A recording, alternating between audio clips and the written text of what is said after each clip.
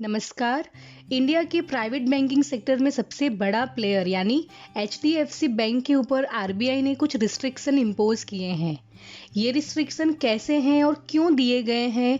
क्या बैंक के डिपॉजिटर्स को इससे कोई खतरा है? क्या बैंक का इंफ्रास्ट्रक्चर में कुछ प्रॉब्लम हुआ है? ऐसे बहुत सारे सवाल आपके दिमाग में आ रहे होंगे और ये सब सवाल सही भी हैं क्योंकि एचडीएफसी इंडियन बैंकिंग का कोहिनूर है। अगर एचडीएफसी बैंक रिलेटेड कोई भी बुरी खबर आए तो वो पूरे इंडियन बैंकिंग सिस्टम के लिए ही बुरी बात होगी।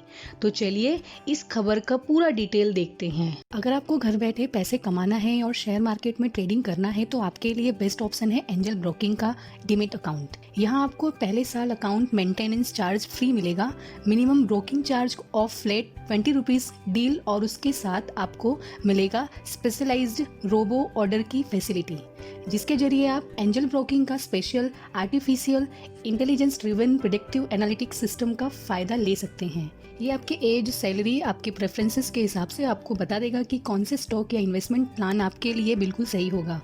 इसके अलावा एंजल ब्रोकिंग इंडिया का नंबर 1 फुल सर्विस ब्रोकर है, जिसका मतलब ये है कि आपको special advisories and portfolio managers जैसे अलग अलग एडवांटेजेस मिलेंगे। तो देर ना करिए और डिस्क्रिप्शन में दिए गए लिंक पर क्लिक करके एंजल ब्रोकिंग में अपना फ्री डीमैट अकाउंट खोलिए। एचडीएफसी बैंक के साथ ऐसा क्या हुआ कि आरबीआई को उस पर रिस्ट्रिक्शन लगा देनी पड़ी? पिछले कुछ दिनों से एचडीएफसी बैंक में लगातार डिजिटल आउटेज हो रही थी।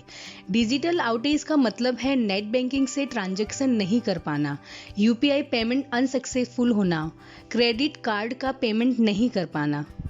इन सारी प्रॉब्लम्स पर एचडीएफसी बैंक ने स्टेटमेंट भी जारी किए थे कि एचडीएफसी बैंक इन सारे डिजिटल प्रॉब्लम्स को सॉल्व करने की पूरी कोशिश कर रहा है। इसी बीच 21 नवंबर को एचडीएफसी बैंक के मेन डेटा सेंटर जो मुंबई में है वहां पर पावर फेलियर हुआ और डेटा सेंटर क्रैश हो गया।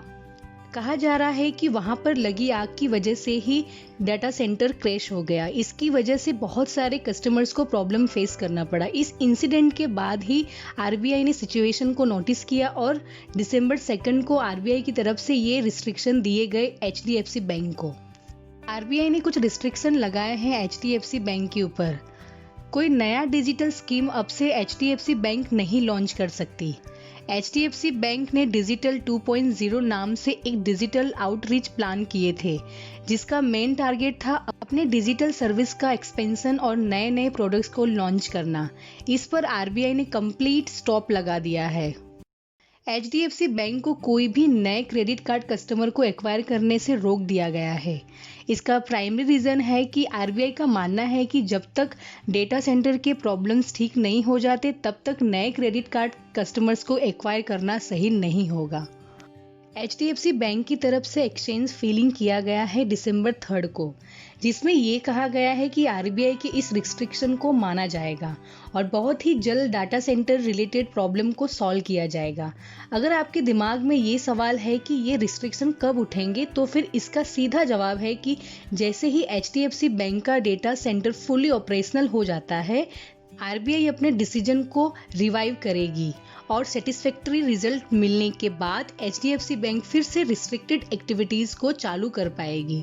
एचडीएफसी बैंक के क्रेडिट कार्ड का बिजनेस इंडिया में बिगेस्ट है और इसी वजह से मार्केट ये न्यूज आते ही एचडीएफसी बैंक के शेयर्स में गिरावट आई।